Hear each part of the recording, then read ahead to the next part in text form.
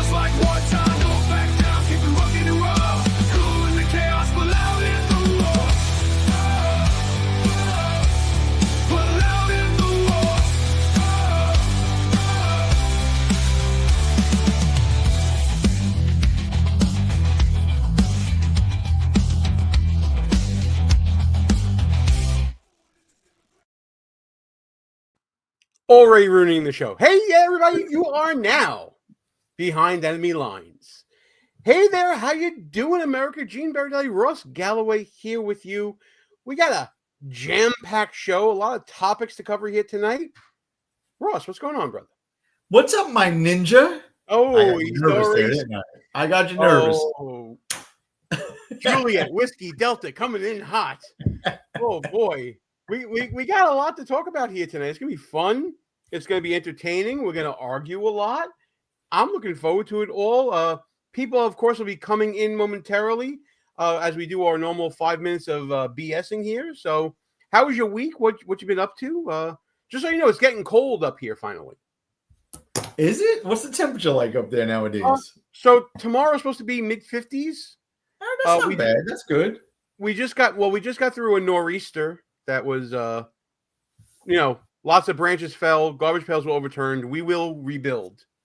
So, staying solid. Probably cold right now too, man. Is my buddy George Santos sitting in a federal prison somewhere, rotting away? I know we'll get to that later. I'm going to be mentioning him quite a bit here, folks. As you are coming in, if you would please hit the like button, the heart, the thumbs up, wherever you are as you're arriving right now. I appreciate it if you do that. Like. Share the show with your friends. Subscribe to the channel wherever you are, whether you're watching on YouTube, on Rumble, on X. And come hang out with us in the chat. We're looking forward to hanging out with you. I see our friend Christy's already in the chat. Hey, Christy, how you doing? She's had a week. I'll tell you about that off air. Hanging out in her hotel, listening to our favorite two humans. I know there's a joke there somewhere. but I'm not going to do it. There you go. Rick apparently is with you on this one. And Ross gave a warning in the chat saying, keep your volume low because we might be dropping some N-bombs tonight. And by we, he does not mean me. He does not mean me in the slightest. So I'm guessing, Corn Pop's here as well. What up, Corn Pop? Glad you're back with us. We got lots of the regulars rolling in. This is pretty cool. So, do we want to get into this topic? We're almost done with our 5 minutes of BS. Do we want to get into this topic to start out with, this whole YR thing? Frankly, I think Let's get in. It's minor, in my opinion. But we do agree on that. I'm just got to type something to Rick in the chat. Yeah, while you're typing, it is minor. However, political insiders, probably the people watching us right now, kind of have heard about this. Yeah, we know you're lurking out there. But I'm curious what people think about it. I know what I think about it, and I can't wait to tell everyone. Well, do you mind if I set this up? I would have it no other way, Mr. Berardelli. I'm going to do my best to be as neutral as possible. See, these are my people here. Christy's going on record as saying, F the YRs. I love that as well. And I certainly subscribe to that. One day, Ross and I will tell the full story about how we created a YR club. We got credentialed by the state YRs, and we were the first club in the history of the state YRs to disassociate from the state organization when they told us we couldn't do that. That's a fun story, pal, we have to share one day. we're renegades, and we don't like control. So yes, Yeah. we did do Yeah. that. Freedom of association comes with freedom of disassociation along with it. That's Yes, national divorce. Now you're talking my language, but stay on topic, Gene. calm down here. Calm down here. Oh, Corn Pop wants to release the texts. I'm so glad I know who Corn Pop is, so that works out really well. Let me share my screen with this bullshit from Politico, shall I? I love the bad man from World War II. Leaked messages expose young Republicans' racist chat. Thousands of messages reveal young GOP leaders joking about gas chambers, slavery, and grape. And this is written by Jason Bieferman and Emily Ngo. So we're going to go through just a bit of the story, and then we'll talk about it ourselves. Leaders of young Republican groups throughout the country. There's 9 of them, by the way. Let's calm down with it throughout the country. There's a couple different states, but there's 9 of them. Worried what would happen if their Telegram chat ever got leaked, but they kept typing anyway. They referred to black people as, well, you see the word there, and something about watermelons, which I don't think anyone subscribes to, and mused about putting their political opponents in gas chambers. They talked about graping their enemies and driving them to self-deletion, and lauded Republicans who they believe support slavery. Okay. Begins talking about dropping of the N-word by William Hendricks of the Kansas Young Republicans, who, by the way, I should really put up the photos of these people. You know, they're a bunch of keyboard warriors here. He did that more than a dozen times. Bobby Walker, the vice chair of the New York State Young Republicans, who were on my vendetta list for a good long time, and we can talk about that as well, referred to grape as epic. Peter Junta, who wanted to be YR national chair and who was the chair of the New York State YRs, said that everyone that votes no is going to a certain chamber. Now, I believe that was in context of the Young Republican National Federation election, because Peter over here had his own slate, and there was another slate that ended up winning. So these people are in the great minority of young Republicans, apparently. So he even says they were referring to a YRNF election, because these people, YRNF, for those of you who don't know who they are, you're better off. It's a relatively small organization involving Republicans from age 18 to 40. They meet quarterly. They travel around. They think they do some business, and then they go get drunk and have parties and, you know, fuck around and whatever. That's really who they are. So I don't think we need to go any further into the article unless you want me to, pal. No. I leave that up to you. I don't read articles. Yeah, this we know. You leave it for me to do. So I think what we're going to do here is we'll get rid of the article, and now we'll get into the political ramifications, or lack thereof, of this topic, of what's going on here with these YRs. Oh, I see. TCG is in the house. I'm glad you're here. I missed you while I was reading this stuff. And yeah, we can certainly go through it. I do want to find the photo that I found of these morons and buffoons and see who they are. But as I'm doing that, Galloway, you go ahead and you present your position on this. I'm happy to let you open things up. Yeah, I'm glad. I just wanted to make sure you set the table here. First of all, full disclosure, I hate the Young Republicans. And not because of this article or this Telegram channel that they were on. I just despise them. They're useless. Yeah. And if you don't believe they're useless, point to one good thing they've ever done in the state of New York, right? This is like where this is the epicenter is of this Telegram chat. Right, they've accomplished nothing. Also nationally, I mean, the YR has brought us Kevin McCarthy. Let's be clear. Yeah, like the most nationally, locally, they're useless, right? They all have political ambitions. In New York specifically, a lot of them are like from NYU or other Ivy League schools. They're rich. Everyone thinks they're a consultant in the making. Yeah. So with that said, right, as far as the Telegram chat and the texts, I don't really give a fuck, right? Like, I tell you, Gene, if you looked at some of my text chains or my other social media, possibly channels, right, you'd find a lot of racist, sexist, homophobic stuff going on in there. Why? Because that's the way people talk. Okay? That's the way black people talk. That's the way white people talk. Women say sexist shit when they're talking alone. Men say it too, right? Don't care. And let me just say this before you jump in here, Gene. Nazis, right? The word Nazis and Hitler. I don't know. I feel like we have been being called Nazis for the last 10 years. No, fuck that. Last 20 plus years, right? I remember when George W. Bush was running around and they were calling him a Nazi and he was a fascist and he was Hitler. It wasn't as bad as what they've done to Donald Trump, but it was still being said back then. So I'm willing to give these YRs, as useless as they are, the benefit of the doubt. They're having some fun with it. They're in a private chat. This doesn't bother me one damn bit. When rap music can talk about all kinds of N-words and killing white people and slapping bitches and hoes, this don't bother me one bit, Gene. It don't. I understand that. I get that. Let me know when I'm okay to chime in, though. I'm going to chime in right after this. How about this? The Virginia candidate for Attorney General got caught texting that he wants to kill a Republican elected official and his kids, and he's still running for office. And we're talking about a bunch of loser wannabe YRs from New York and the YRNF. No, not doing it. I'm not participating. And that part I agree with. Let me be clear. I agree with you on that as well. I just want to get a better photo of these assholes here. So let me start out with the points of agreement with you. By the way, Gene, Linda is in the chat. There is no gymnastics. I'm not a hypocrite. I don't care. I like what they said, and I agree with what they said. That's it. No gymnastics. I'm not trying to justify it. Look at my phone. It's cool. Go ahead. All right. So I think she means that, you know, the jousting between us, but whatever. So let's start out with points of agreement here.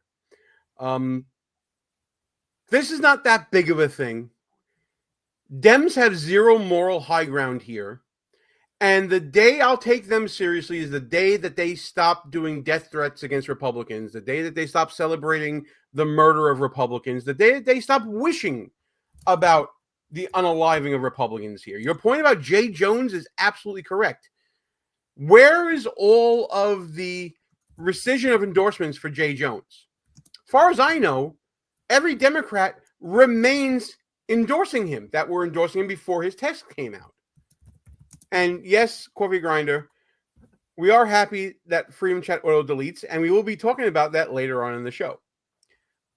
So yeah, this isn't that big of a thing in the grand scheme of things. We're talking about 9 young Republicans, and as we said before, YRs are useless. They're stupid. They like to think they're important. They're not. They don't do anything real. But I'm going to take the picture down, and I want people to see what I have as my little title here on my my name here. This is a quote that was given to me by a certain former president of a young Republican club. It says, bad YRs will end up becoming bad Rs. So you got to nip them in the bud while they're young, basically. And that was Ross Galloway once upon a time that said that to me. Yes, there was like some edgelord humor here and sarcasm is my second language. I'm okay with that. But let's be clear. And that was for you, Linda. Let's be clear. These guys and gals and whoever was in this thing are fucking morons. They just 86th their career. There's going to be no one that wants to be associated with them. This is the irredeemable buffoon I talk about in the book. And I'm not doing the plug right now. The plugs will come later. The bottom line is this. I'm glad that Republicans are out there policing their own, just like they did for George Santos.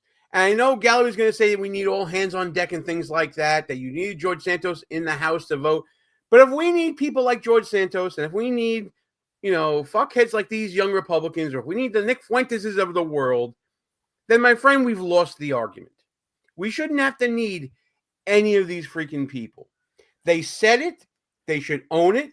They should be punished for what they said. Now, punished does not mean permanently punished. it means you lose your job, you lose your standing in the party, and we go on from there. And to close things out, I just want to put this up on the screen. This is from CNN. I believe it's Ben Ferguson talking here.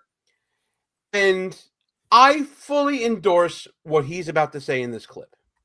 Two things I think can be true here. Number one, I'm glad we know who these conservatives are. I think there should be consequences for their words. I don't think this is just a teaching moment. I think if they have a job, they should lose their job.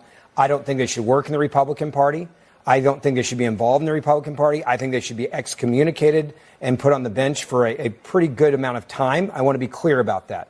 I also think that if you are about to be in an elected office in Virginia and you've said things that are worse than this, and you've said that the kids deserve to be hurt, that two things can be true at the same time. Republicans, young Republicans saying this, they should absolutely have the consequence. But it's not just young Republicans, Ben. But Democrats have defended an individual who said that family members should die. Let me just say, I mean. Okay, and then the president. Oh, sorry. Then they go on to try to equivocate and they try to barrel down on him. I think being intellectually honest like that is the way to go. Both things are bad. One is clearly worse. The Democrat is clearly worse in this situation. Jay Jones is clearly worse. And these young assholes is really much ado about nothing. They are young assholes. They're entitled YRs that think that they can get away with doing and saying anything and have no consequences. About time they had some consequences. These aren't kids, by the way, not like J.D. Vance said. They're in their 30s and mid-30s like we were back then. And for wanting to be political operatives and consultants and in the game and all that, they're certainly very stupid for putting things in writing. And that's really all the airtime they deserve, but I know Gallo gets his reply, and I'm going to leave it at that. Go ahead and you can reply now, pal. Thank you, sir. You don't want to be associated with them? I do. How about that? Punished? Punished for what, Gene? First of all, never apologize. Never, right? It's never accepted. You see on that CNN panel, apologize for what? They don't accept it. Ben Ferguson, I listened to him a few times on the radio. He's like a fill-in host for some conservative people on talk radio. You know what? I am calling for a boycott of Ben Ferguson for being a pussy. I'm also calling for a boycott of Gene Berardelli unless he straightens up here and gets on the winning team, right? We're not throwing our own under the bus anymore. Police our own? No, we never police our own. Let them police us, Gene. We police Antifa and people who are shooting Charlie Kirk in the head. Last time I checked, none of those young Republicans shot anyone, right? They made some stupid fucking jokes on a Telegram channel. Nope, you're not getting me agitated over that, and I will not apologize, and I support them. And any of them that apologize, I will throw them under the bus, including Elise Stefanik. I hope that she loses the gubernatorial race in New York, and I hope Kathy Hochul wins now. She's a loser. How about that? I mean, big news. Let me give you a little bit of a headline here. I doubt Stefanik's going to win the race anyway, but don't you understand also that these idiots give Democrats the attack vector they want to go after Republicans? Let the record reflect. I never said for anyone to apologize.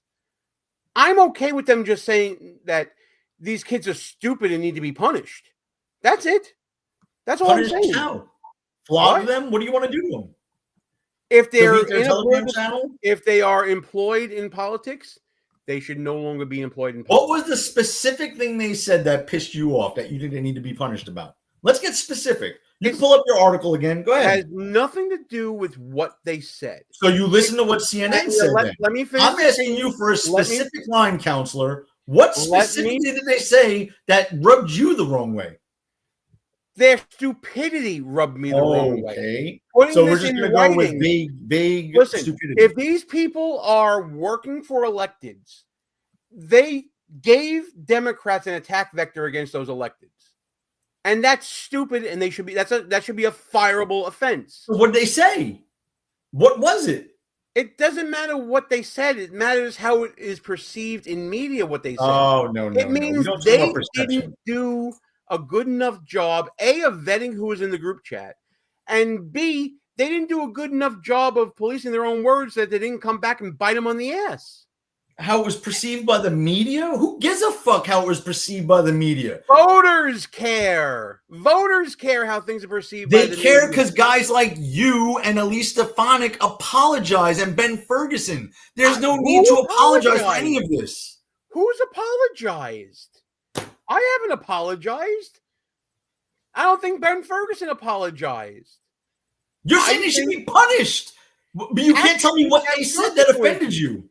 Actions have consequences. Yes, even in a private group chat. Because as we've learned from Freedom Chat, the sponsor of this show, by the way, and I'll explain them later, there is no such thing as privacy in a group chat. There's no such thing as not having prying eyes in a group chat. I'm okay with people saying whatever they want one-on-one in person. Make sure that nobody's recorded. I just say, cover your ass.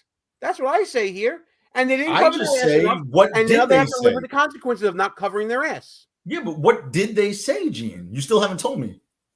What was so offensive about anything they said? Statements that can be taken the wrong way about by who? By Mentally the public at people? large.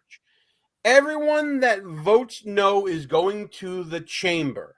And everyone that endorsed but then votes for us is going to the chamber. If you called me a Nazi for 20 years and I joke around about being a Nazi, that's fine. There's nothing wrong with that.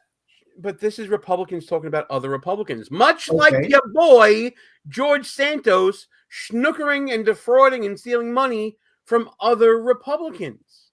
That's the punishment. And that's the consistent punishment here.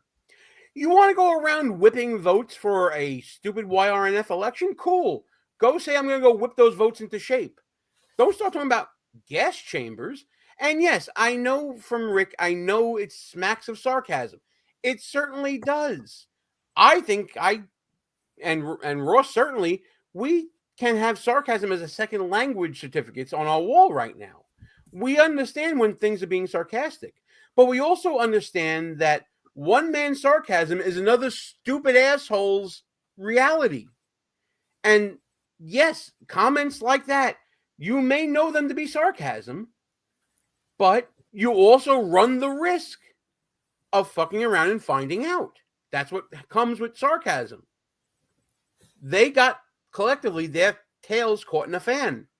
And now they have to take their medicine. That's all I'm saying here. I don't think that's so controversial. Yeah, Gene. Well, they could take their medicine from the irrelevant left and the dying mainstream media. They don't need guys like you piling onto them. Who's piling on? You're saying they deserve to be punished. You're saying they deserve to be punished. Yes, because you're piling on. Their buffoonery attaches to whoever they work for. Okay. And that to me is a fireable offense. So does AOC deserve to be punished? For what do you want to say? For calling me a Nazi. Me. And my people. Yes, she should be. So how? The YRNF people are going to lose their jobs. How should AOC be punished? Well, should she be expelled from Congress? Democrats allow it. That's why Democrats... No. Republicans allow it, Gene. If you were in the House, you would not vote to expel Ilhan Omar or AOC, right? They all should be expelled from Congress as well, just like George Santos. I would vote for it, but I would recognize that it's a fool's journey because Democrats won't police their own the way that we have the majority in the House. If Republicans believed it, we could expel them, but we won't. More than a majority in the House. Read your Constitution. Read your Constitution, Galloway. We need more than just a majority. So you're fine with only punishing Republicans. That's what your stance is. No, I think that both sides should police their own side of the aisle, and Democrats aren't living up to that. No, we don't police our own side of the aisle, Gene. When a football... Hold on, Gene. Let me ask you this. If you watch an NFL game and the offense is holding a defensive lineman, does the offensive team's coach throw the flag on the field and say, hey, you didn't see it, but one of my guys is holding? No. You don't. You fight for your fucking team, right? Get on the team, Gene. So in this analogy, who would be the referee? Who's the referee? The voters. But we don't so then sell you're our own guys up. Wait. Hold on a second here, because I got your ass now. So by that analogy, nobody should be upset about Jay Jones threatening to unalive Republicans, because the voters should be the ones to decide and throw the flag. And they will be. The Democrats ain't police. And not the Republican Party. That's Time out, the Gene. line of logic there. Let me get you. Are the Democrats policing their own there? They're not. They're not. They should So be. who's going to decide it? Who's the referee? The voter. That's it. So everything comes down to there is no truth but power, and elections are the only thing that matters. It doesn't matter in an off year, let's say, that the aid of a state senator, or let's not even go there. Someone photographed with the Republican nominee for governor in New York. The voters should be left to decide that, right? Yeah, they should be. So then, right? so then you don't give a crap if Stefanik loses, whether or not she condemns it or not. And you're just okay with, you think that, whatever the voter says is right, even when the voter is completely and utterly stupid, like New York voters, right? Just let them go. What else do you want to do? I think you can aid voters in deciding things by showing your own character, by saying, hey, I'm willing to call this out on my own. I'm willing to say to people, you know what? That guy who gave me that award, or that guy who took a photo with me, I disavow him now, because at the time he did that, I was not aware of those comments, and I want nothing to do with him. Now, the other option, as Corn Pop points out, is to deflect and have the YRs leave the wires to themselves, et cetera, et cetera. But by doing that, you end up in a situation like, well, I have a perfect example of the situation you're in. That whole line of attack was the choice of Abigail Spanberger in the Virginia gubernatorial election. And the Republicans dropped this ad against Spanberger because of her silence with regards to Jay Jones. This is the alternative that you want. This is the vector of attack that comes from that. Would it take him pulling the trigger? Is that what would do it? And then you would say he needs to get out of the race? Abigail, you have nothing to say? Abigail, what if he said it about your 3 children? Is that when you would say he should get out of the race, Abigail? You're running to be governor. Ms. Earl Sears. I mean, we're talking about murder. We're talking about someone's life being taken from them. Have you nothing to say about that? Are you not going to address it? Really, you can't go any further. You're a governor. You're supposed to stand up for all the people. Are you saying political murder is all right? Have some political courage. What you have done is you are taking political calculations about your future as governor. Well, as governor, you have to make hard choices, and that means telling Jay Jones to leave the race. Political courage, personal responsibility. These are the things that Republicans are supposed to stand for. If you go the route of deflect and ignore and be silent, your silence can be turned into complicity.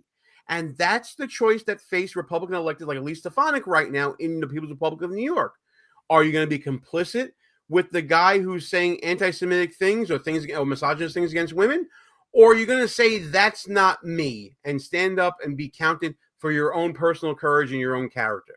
I remember a day when character used to matter when it came to elections and when it came to presenting yourself as a candidate. Oh, so now you're saying that those days are done and we're finished with that. We've been finished with that, Gene. Let me ask you a question. And this is a serious question, a genuine question. Give me an answer. When was the last time in recent political history where the Democrats, quote unquote, punished their own or policed their own? Go ahead. They don't. They don't. So then why would we? Why would we? Because when they do, you end up in a situation like Spanberger is in. You end up in a situation that Jay Jones is currently in right now. where they're risking losing. Why not stem it off? It's good political strategy to stem it off, head it off. I have nothing to do with this person. This person does not represent the values of the Republican Party, of the party that I'm running under. I have nothing to do with this person. I thought this person was better than he is, and he turned out not to be.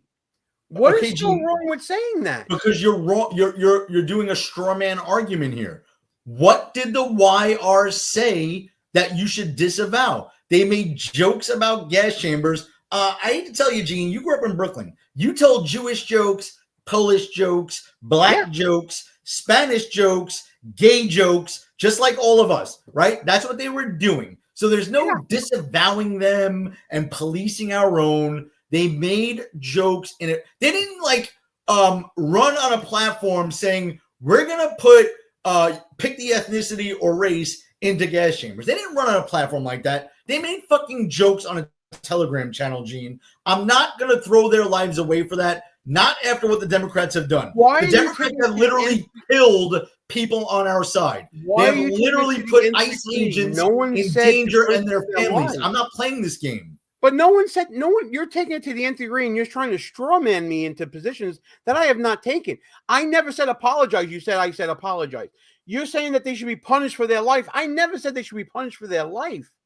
But there has to be a penalty. They fucked around. Now they have to find out. What did they fuck around and do? They made jokes. They jeopardized the viability of their associated Republicans. That's what they did. No, that's listen, I don't even like sin. You know me and these guys. I don't even like these guys. I think they're fucking losers. Right, but I also know you well enough that you wouldn't have jeopardized any candidate that you were working for or working with to make those comments.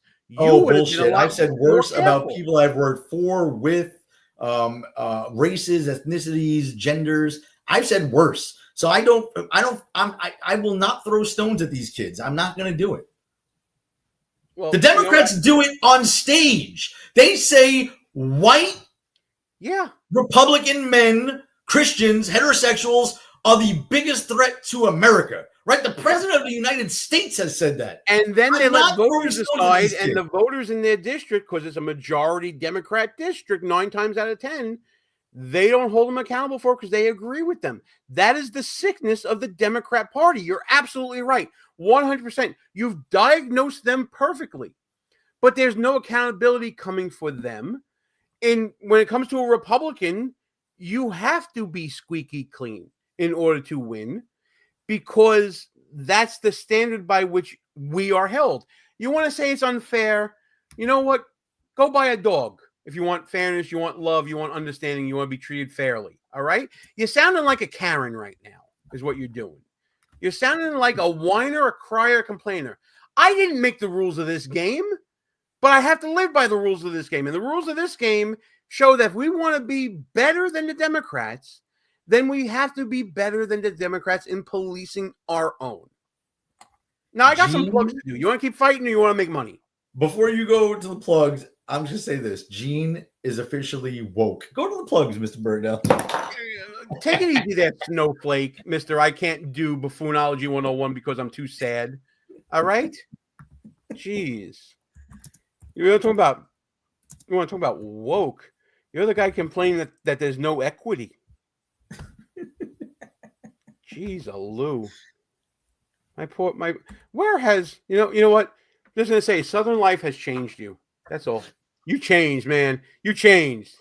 But one thing I think we can agree on is that had these buffoons, these assholes, these young Republicans been using Freedom Chat, it would have been a lot harder for this whole scandal to have happened. Freedom Chat is the sponsor of this show. I absolutely love them. I use them specifically for this reason, because if Galloway and I want to have an off-color conversation, I can delete it and nothing will ever happen to me. And that we can do that because Freedom Chat, which is a next-generation messaging app, keeps your conversations actually private.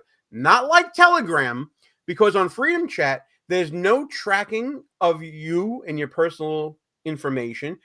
You're not allowed to screenshot things on Freedom Chat. There are no linked devices, no storage of any of your messages on any server whatsoever. No commercial use of your personal identifying information. It's just total freedom and security, the way that Ross Galloway and I should be. We also love Freedom Chat because we have a channel on there called Buffoon of the Week, which is the same name of the channel that you're probably watching. And on that channel, we give you behind-the-scenes access to all of our arguments and beefs that go on off air. We give you previews of all of our short videos before they're released on social media. And I'm doing a new thing on there, Galloway. I don't know if you noticed, but every Friday I'm throwing up a bunch of memes to see what people like and don't like and what we're talking about. I encourage you to do the same. Every once in a while, I drop a banger comment in there. Yeah, I mean, he only just says free George Santos in there, but I digress. So if you want to have stupid takes like Ross Galloway, or if you want to share information like these dumbass young Republicans, dare I say Freedom Chat might be the place for you because you have the freedom to be an asshole. You can download Freedom Chat at the Google Store, the Google Play Store. You can download it wherever you download your iPhone apps. I don't deal with that nonsense. Or you can go to freedomchat.com and download it directly from them right there. It's growing by leaps and bounds. They have a lot of new people on there, too. Dinesh D'Souza just created his own channel. I believe there is certainly more to come in the days and weeks going forward. That's pretty cool. But this wouldn't have happened on Freedom Chat because unless you're taking a camera and taking a picture of your phone, that's probably the only way you're going to get that information. I think we lost Galloway. Or maybe we lost me. I don't know. Which information? I'm asking when Nick Fuentes is getting the channel. Sure. Well, I'm sure you'll be the first one subscribing. That's your boy. I think we got a delay here, pal, but we'll deal with it. It'll catch up again, I'm sure.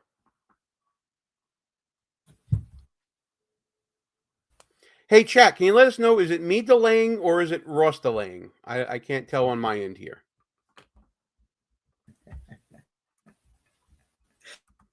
Am I back?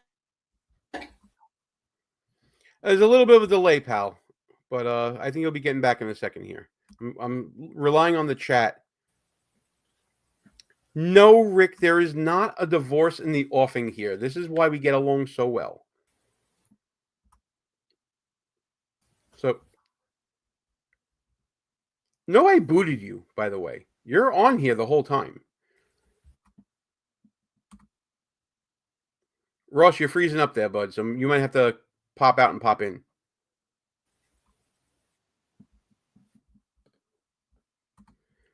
Oh, boy. Okay, so let me just tell him he's freezing up.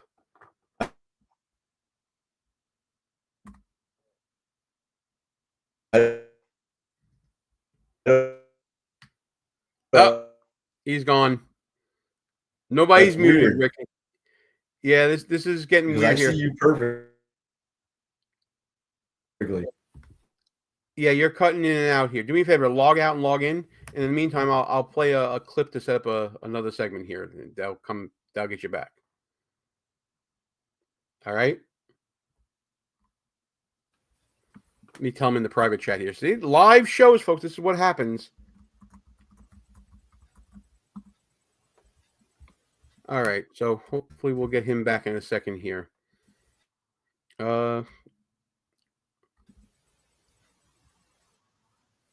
Hey, pal, I'm going to kick you out and let you log back in, okay? All right, that works. Oh, wait, no, you're good now. That actually came out okay. You hearing me all right? Respond back. Let me see.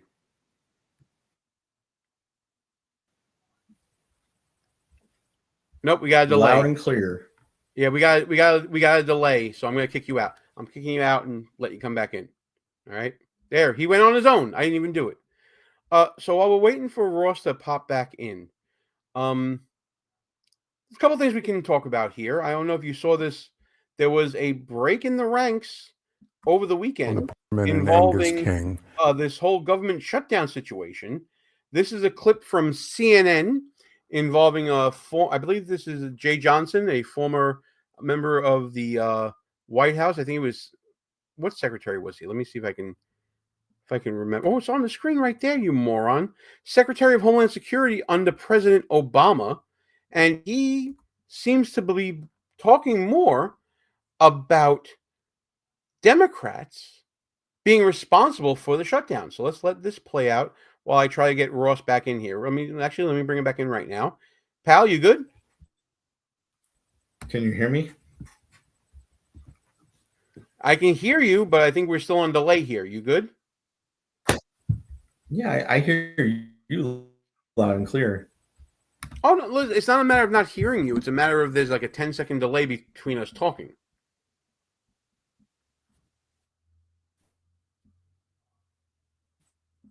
See? All right, so here's what we're going to do. I'm going to play this clip. I'm going to figure out some technical stuff here in a second. Hold on. Ross, hit the private chat with me, will you? Let's listen to Jay Johnson from the Obama administration talking about how Democrats are responsible for the shutdown. I'm going to break from the party line here on this. I'm a Democrat. I'm with John Fetterman and Angus King. The problem I see here is that, to pass the budget, it needs 60 votes in the Senate. And what is happening each year now, and what I fear is going to happen in the future, is the minority party wants to link that to some other very, very important issue. Affordable health care is critical, obviously. But I fear that this is going to happen every year, every September, October, November. The most basic function of Congress is to fund the government, turn the lights on, keep the government working so that the 3 million people who are public servants are able to do what they do to serve all the rest of us. So you think that Democrats should vote to reopen the government? I believe that Congress should vote to reopen the government. There apparently you need 7 Democrats to make that happen in the Senate. I think that the mistake our democracy is making is linking the need for that 60 votes to some other issue, even though it's a very, very critical issue, because what's going to happen is that this will occur every fall from this point forward. I'm going to break from the. So that's what Jay Johnson had to say about the shutdown. Ross, Ricky gave you some advice on what to do, but I don't know this technical bullshit. So if you can make sense of that, then so be it. Yeah, that's not what it is. I feel like Gene has been policing his own. Gene is policing his own. I mentioned Nick Fuentes, and all of a sudden I'm frozen. Listen, you mentioned him, and you did that to yourself. So whatever, man. Listen, there's lots of topics we can talk about. I just played that clip sort of to show a break in the ranks with Democrats about the shutdown as we enter. I think we're entering now going into the 3rd week here. Democrats, especially Senate Democrats, are the only ones blocking the government from operating, from working, from people getting paid. And it's all over, according to them, healthcare, which can be dealt with after any given shutdown, because the time to address any healthcare renewals or premium and stuff or anything like that is by December. They're wasting time here, and they're cutting off their nose to spite their face. Yeah, and it's even worse than that. I mean, Mike Johnson, who you can't ever tell when the guy's mad because he's such a calm dude, but he was on TV earlier talking about some of the other things they want, the LGBTQ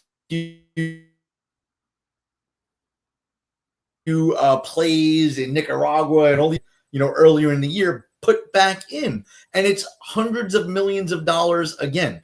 And if you look at George Stephanopoulos and the rest of the mainstream media, the guys that we should be playing fairly with and policing our own when we fight these demons, they're not mentioning any of that stuff, right? So they're not telling the truth, but we're expected to tell the truth and fight with one arm tied behind our back. I'm not doing it.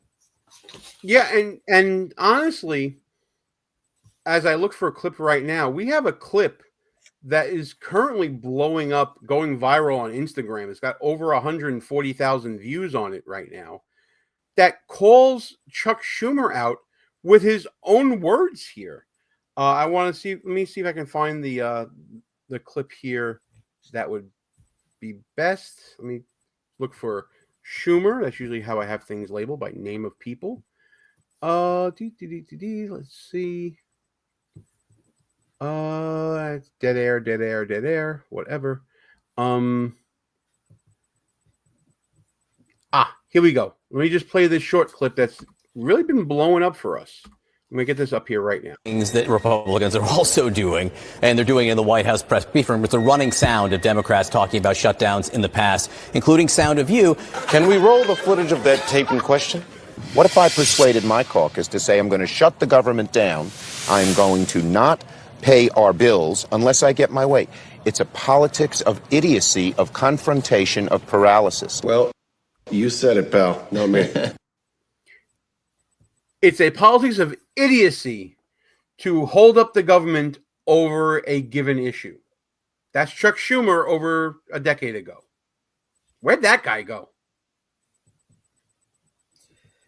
Where'd he go? You want me to tell you where he went, Gene? I said this a few months ago, and I don't think anybody believed me. Let me just rewind before I even get to Chuck Schumer. Guys like Joe Biden and guys like Andrew Cuomo, white, liberal men. The Democratic Party has no use for them. Now fast forward to Chuck Schumer and even Bernie Sanders. I'm telling you, clip this clip. They're old, they're white, they claim to be heterosexual, and they're Jewish. The Democratic Party has no room for them, so they will be thrown overboard as well. In the words of Letitia James on the campaign trail, too male, too pale, and too stale, right? That's what we're talking about here. And in the case of Chuck Schumer, I'll tell you to clip this part, pal. I think Chuck Schumer calls it a career in the next couple of months. I think Chuck Schumer goes out and says, I will not be seeking the nomination of my party for U.S. Senate. I think Chuck Schumer is scared to death of AOC, of the woke left that is growing in power in the People's Republic of New York City. Just look at Zohran Mamdani and what's going on there.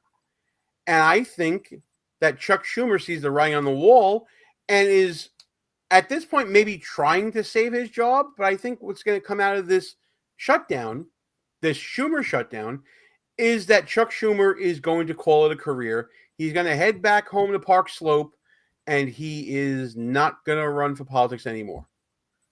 I think you're right, because there is literally no way out of this, right? A government shutdown does not hurt the Republican base. We don't care. I want a government shutdown. I hope the government never reopens, right? I don't care if they fire half of them, including lots of guys in the military. You can clip this and use it against me in my future. The Pentagon budget is bloated. The federal bureaucracy is bloated. I don't care if the government stays shut down. The only reason why Chuck Schumer has no way out and he has absolutely no cards is because Donald Trump taught Republicans how to fight.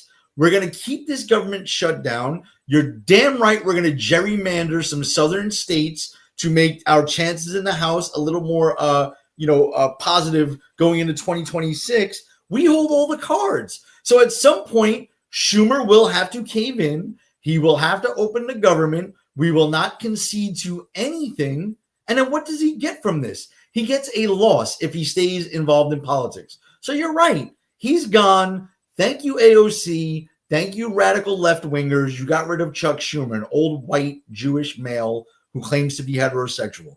Terrific. Thank you. And speaking of, we can go two ways with this. We can either talk about what happened in the Supreme Court today with the challenge to the Voting Rights Act, or we can talk about Trump winning actually, Coffee Grinder may have just made the decision for me.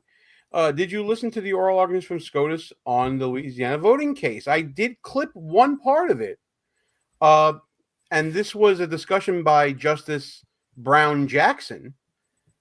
And in this clip, she makes the stupidest analogy when it comes to challenging Section 2 of the Voter Rights Act, comparing the concessions in the Voter Rights Act for African-American voters to the Americans with Disabilities Act giving accommodations to disabled people.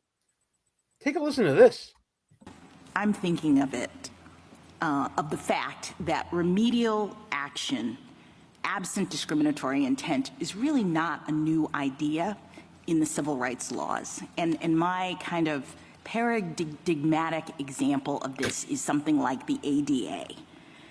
Congress passed the Americans with Disabilities Act against the backdrop of a world that was generally not accessible to people with disabilities. And so it was discriminatory in effect because these folks were not able to access these buildings. And it didn't matter whether the person who built the building or the person who owned the building intended for them to be exclusionary. That's irrelevant. Congress said the facilities have to be made equally open to people with disabilities if readily possible. I guess I don't understand why that's not what's happening here. So what Ketanji Brown Jackson, Justice Brown Jackson here doesn't explain is what she feels within the VRA that is inherently discriminatory. What about our voting system does she think is inherently discriminatory as we sit here in 2025? Do people not have access to a ballot? Do they not have access to registering to vote? I thought that's what the Motor Voter Act was for. When you register at the DMV, you register to vote as well, and you're able to do that. I'm trying to understand the analogy here. Is she saying that African Americans are so far behind the rest of society that just having a system with equal access is not enough? Is that what she's saying here, Galloway? I mean, there's so many things to say here. Let me throw a zinger at you, then I'll comment on this. Like, what if Ketanji Brown Jackson? Oh, shit. Sorry. I'm sorry. I screwed that up. Start over. What if Ketanji Brown Jackson? I'm freezing again. Here we go, boys. Let's say there were 6 of her, and she made up the majority opinion on the Supreme Court. This is why I don't give a fuck about Supreme Court precedent, right? Because there are idiots like this all throughout history. She's one of the more dumber examples, obviously, but there are people like her throughout history that have said really stupid things on the Supreme Court, right? First of all, majority minority districts, which is what this case is about, which federal law almost kind of mandates in certain southern states, means that you can gerrymander to make a district that is non-contiguous as long as it has mostly black people in it so that they elect a black candidate, right? That's pretty stupid when you think about it. When I was in political science classes, even the liberal professors would offer up debate for the pros and cons of that, right? If you have a state like, I don't know, South Carolina, they have one Democrat district because it's gerrymandered to allow a black to win it. Right. However, if you diluted those into the actual districts that they belong in and make districts that make sense, those black voters would have a larger say, and Democrats would actually be more competitive in the state of South Carolina in many more districts other than one. That's the first thing. The second thing she mentioned, where she compared black people to disabled people, which is astonishing, right? That the Supreme Court justice even said that. But we don't punish her and we don't want her to apologize, right? But leave that aside for a second. Do black voters only have access to vote freely and fairly in my majority black districts, right? That's the question. That's the retort. She says that they don't have access.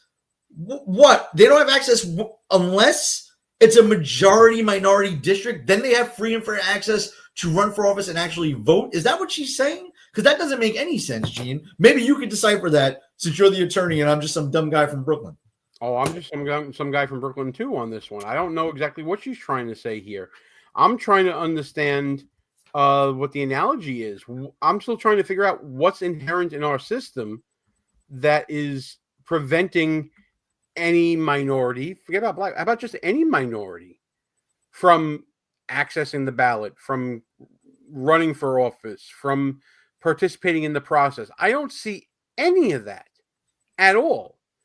But I do have a bit of an inkling as to why Democrats are so up in arms over this the ramifications of this case, and I want to show you what the real issue is here.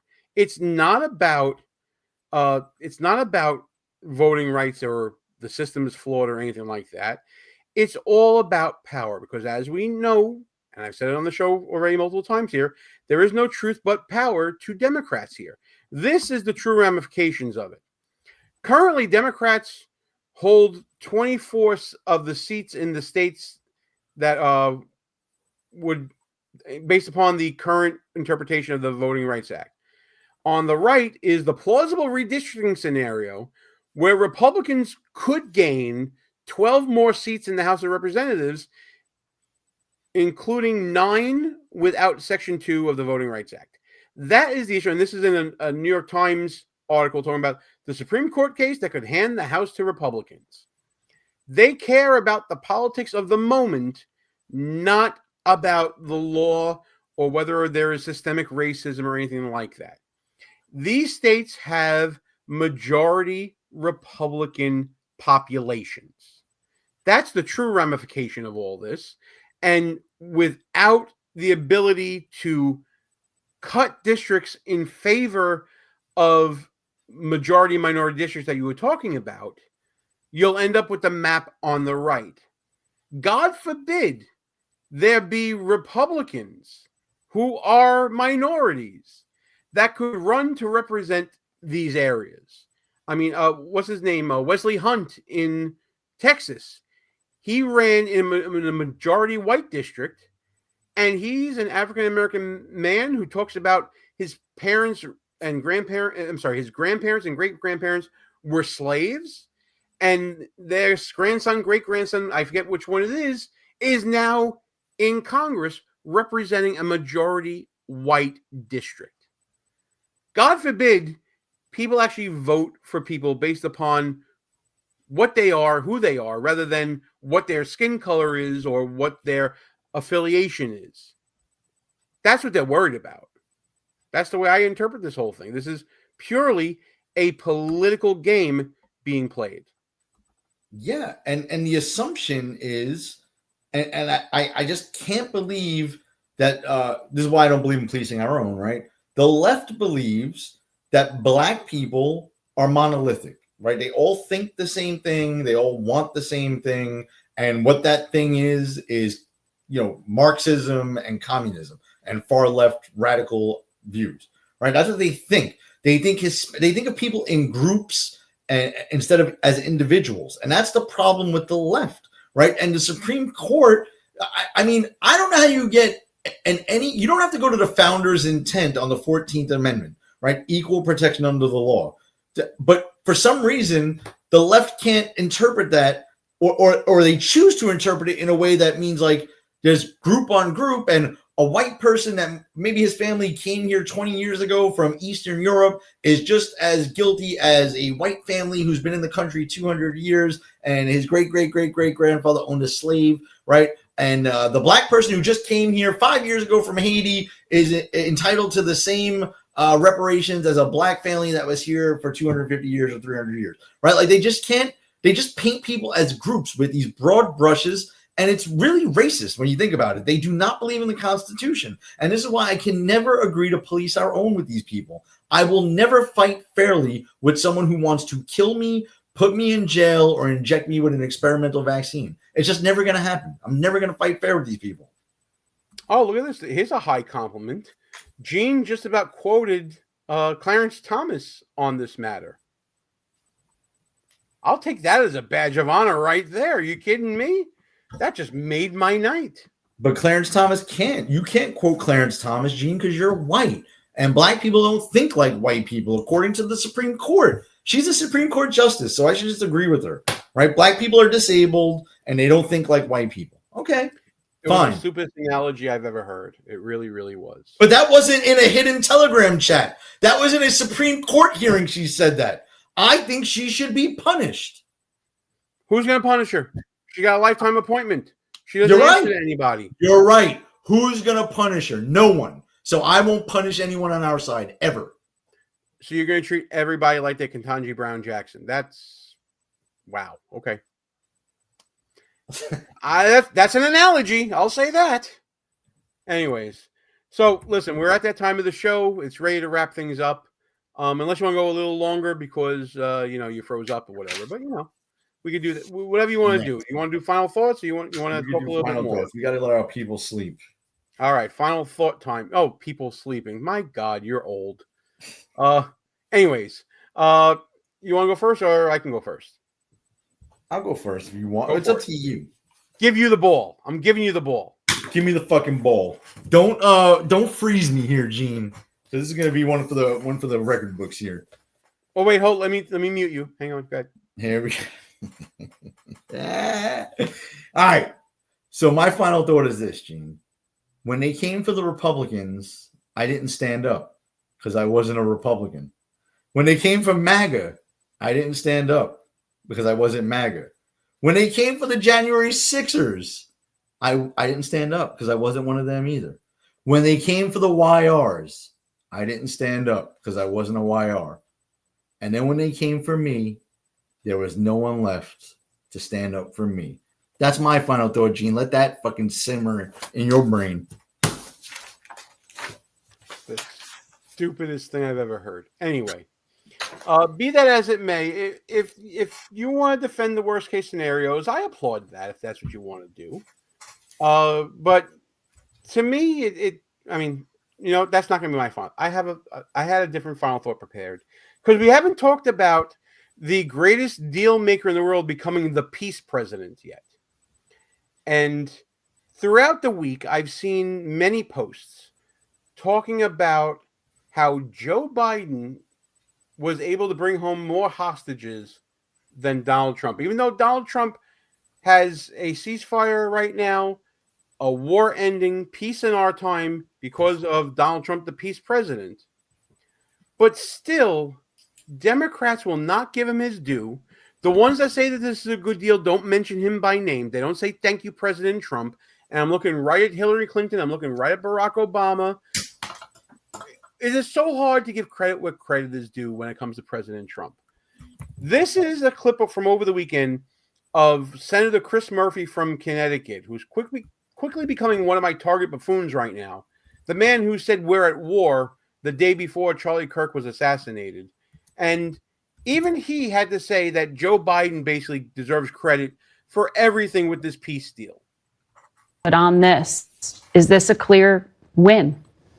Well, it's really important that we have a ceasefire. It's important that these hostages are coming home. And I congratulate the negotiators on getting this done. Congratulating the negotiators, not President Trump, who set forth the 20-point plan that is the basis of the negotiated deal. The negotiators who got this done. So I guess that means he's okay with Jared Kushner now. And anyways, keep going. There's no politics about this moment, as you're going to see some very tearful reunions tomorrow, hopefully, as these hostages are released. But you watch those devastating images of what Gaza looks like today, and it's both heartbreaking and infuriating that this deal has been on the table for over a year. And it's been Benjamin Netanyahu, because of his political considerations domestically, trying to protect himself, has frustrated the ability to find peace and to get the hostages home far before today. So, again, this will be a good week. But as you have reported, there are big issues to come. Israel is not fully pulling out of Gaza. There's no clear path forward on what the security and governance force is going to look like inside that country. There's certainly a risk of hostilities beginning again if we don't build on this first phase and come to some decisions about what Gaza looks like heading into next year. And President Biden wasn't willing to put this kind of pressure on Benjamin Netanyahu. President Trump has. Your point is that's got to be sustained pressure to see this all the way through. Am I understanding you? Yeah. I mean, listen, I think the barrier here has been Netanyahu, and Netanyahu is only going to move if he thinks that his relationship with the United States is at risk. And so let's just sum it up this way. Chris Murphy just admitted that Biden was too much of a pussy to get the deal done. Donald Trump got the deal done.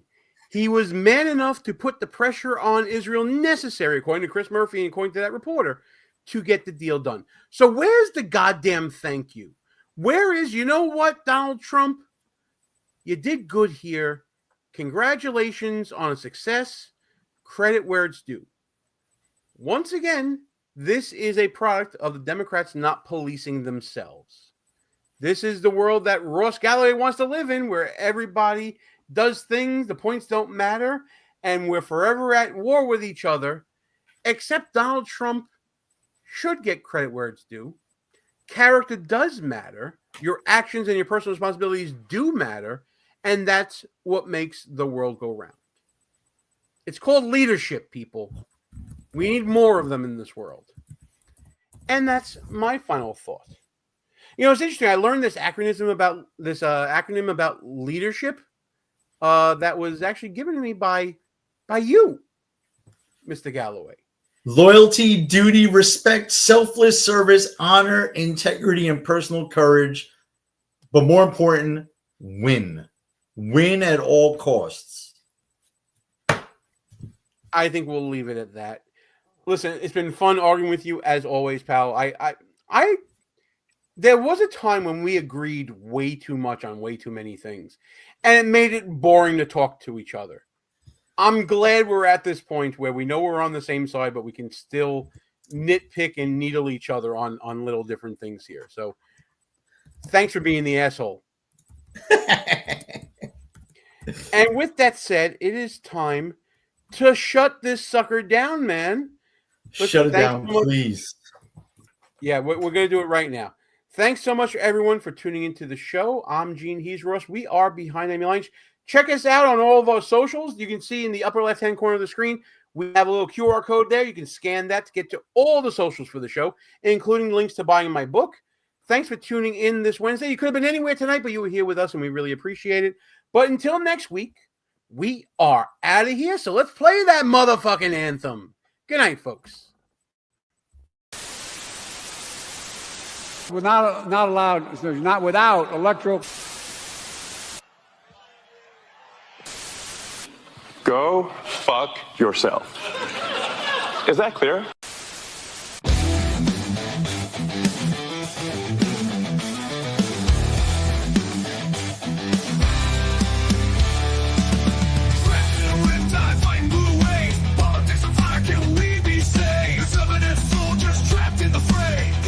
Teeth, don't let them have sway. Conservative battalions walking them out, marching through the streets while the buffoons all shout. Move in the shadows, flag on my chest, repping my clan, putting faith to the test. Cause we're playing blues behind enemy lines, fighting for the truth, feels like wartime. Don't back down, keep it rugged and raw, cool in the chaos, but loud in the war. But loud in the war.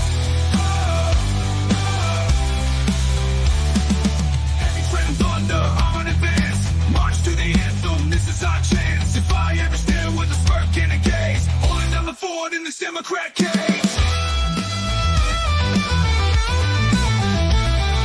Whispers in the dark, strategies on